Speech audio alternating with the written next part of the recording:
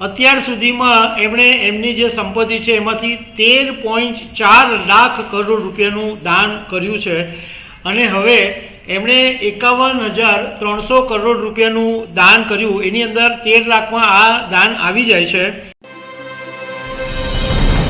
દુનિયાના 5મા નંબરના સૌથી ધનિક અને જેને લોકો ઇન્વેસ્ટમેન્ટ માટે બહુ જ મોટા મહારથી તરીકે જાણે છે એવા વોરેન બફેટે 51,300 કરોડ રૂપિયાનું દાન કર્યું છે અને આ દાન એમણે કોને કર્યું છે એના વિશે હું તમારી સાથે વાત કરીશ।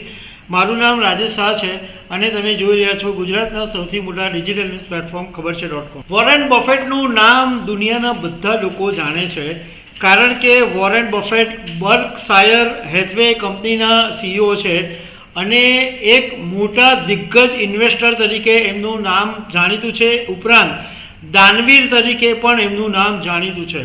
અત્યાર સુધીમાં એમણે એમની જે સંપત્તિ છે એમાંથી 13.4 લાખ કરોડ રૂપિયાનું દાન કર્યું છે અને હવે એમણે 51,300 કરોડ રૂપિયાનું દાન કર્યું, એની અંદર 13 લાખમાં આ દાન આવી જાય છે। વોરેન બફેટે 94.3 લાખ શેર છે એ બિલ ગેટ્સના ગેટ્સ ફાઉન્ડેશનને આપ્યા છે અને બાકીની જે રકમ છે, બાકીના જે શેર્સ છે એ એમણે પોતાના 3 સંતાનોનું જે ફાઉન્ડેશન છે એને ડોનેટ કરી દીધા છે। હવે બિલ ગેટ્સનું જે ફાઉન્ડેશન છે એ 2000માં બિલ ગેટ્સ અને એમના પૂર્વ પત્ની મેલિન્ડા ગેટ્સે સ્થાપના કરેલી હતી અને આ જે ગેટ્સ ફાઉન્ડેશન છે એ દુનિયાભરની અંદર મોટા પાયે કામ કરે છે, ખાસ કરીને આરોગ્ય છે, શિક્ષણ છે, ગરીબી હટાવવા માટે।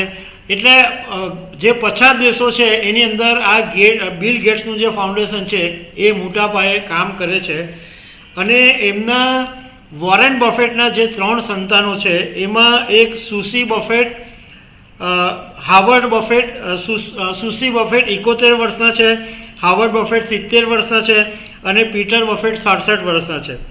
વોરેન બફેટે પોતે એમના આ સંતાનોને બાકીના શેર ડોનેટ કરી દીધા છે અને એમને મતલબમાં એમનું જે ફાઉન્ડેશન છે એ પણ લોકોની સેવા માટે કામ કરે છે। આમ તો એમનું જે ડોનેશન છે એ એમના મિત્ર બિલ ગેટ્સ અને એમના સંતાનોને જ ગયું, પરંતુ આ બધા ફાઉન્ડેશન બહુ મોટા લેવલે અને સારા એવા કામ કરે છે।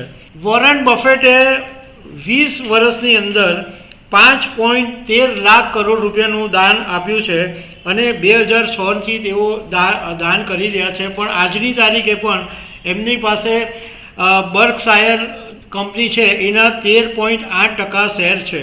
વોરેન બફેટે ગયા વર્ષે જ પોતાની વસિયત બદલી હતી અને એમણે એવી ઈચ્છા વ્યક્ત કરી કે મારા મૃત્યુ પછી 99.5% સંપત્તિ ચેરિટેબલ ટ્રસ્ટને દાન આપવામાં આવે અને એ જે ટ્રસ્ટ બનશે એને એમના સંતાનો સંભાળશે, એવી એમણે એક નવી વસિયત ગયા વર્ષે બનાવી। 2014ની અંદર વોરેન બફેટની જે સંપત્તિ હતી એ 4.91 લાખ કરોડ રૂપિયાની હતી અને આજની તારીખે એમની સંપત્તિ 13.4 લાખ કરોડ ઉપર પહોંચી ગઈ છે। હવે આ જે કંપની છે એ એપલ, કોકોકોલા સહિતની જે 40 જેટલી કંપનીઓ છે એમાં આ વોરેન બફેટની બર્કશાયર કંપનીનું ઇન્વેસ્ટમેન્ટ છે। તો દર્શક મિત્રો, આવી અનેક વાતો સાથે અમે તમને મળતા રહીશું। Thank you very much.